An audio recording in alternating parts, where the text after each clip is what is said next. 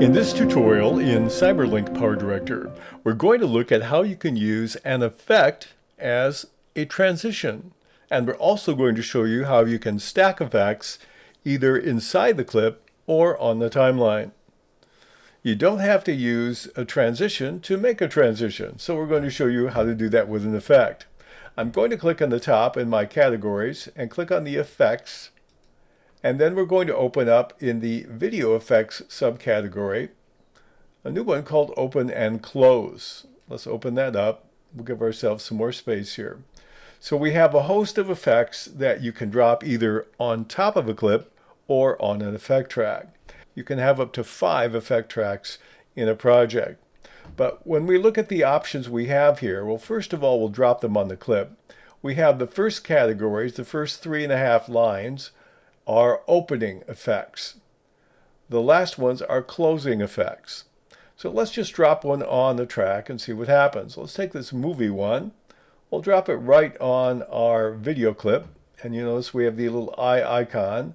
When we hover over it, it tells us the effect is applied. And we'll go to the beginning frames and we'll click it and we have this nice opening. It just slides open from the middle. If I click on the icon and click on the effect, I see that I can delete it by clicking the garbage can. I can change the duration. The default is 1.5 seconds.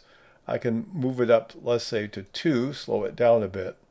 Now, if I want to reset it to factory default, I click on the reset button in the lower right corner of the left panel. So now I have a 2-second sliding opening effect, which is my transition. And I haven't used a transition at all. Now on the same clip, I can use an open effect and I can use a close effect. Let's take this blur black and drag it down, drop it on the clip. And when we play this one, we're going to see it will blur to black. There we go. It's very quick, but we can change that one as well. So let's click on our icon. We see we have 2 of them. Doesn't matter which one I click on. I'll take the blur to black and I will increase the duration of that, say to 4 seconds. It's a relatively short clip, but now we're going to see the blur to black should be lengthened. Yeah, it takes a lot longer to blur. There we go. So it goes to black, but it's a slower blur here. So that's how to do them on the clip. Now the interesting thing you can do is you can stack them, which means you can use more than one opening or more than one closing. Let's say we want to use a different kind of thing. Let's take this collage in 2 and drop it in. So it's going to be an opening. That's interesting. And so we'll play this here.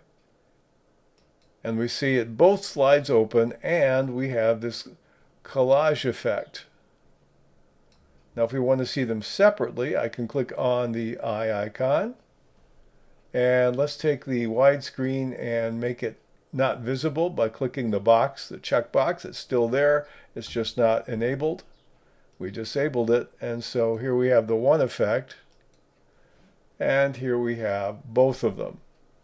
Now you can also change the stacking order of these by highlighting one and clicking an up or down arrow. And as you can see, I've effectively stacked these 2 elements. Now that's not the only options that we have. Let's click on this and we're going to click on these options that we have.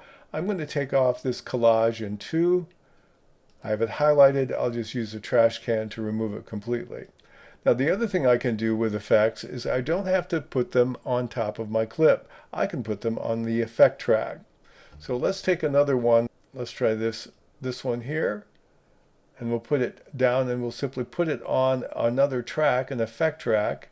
When we play it, we get the combination of the 2.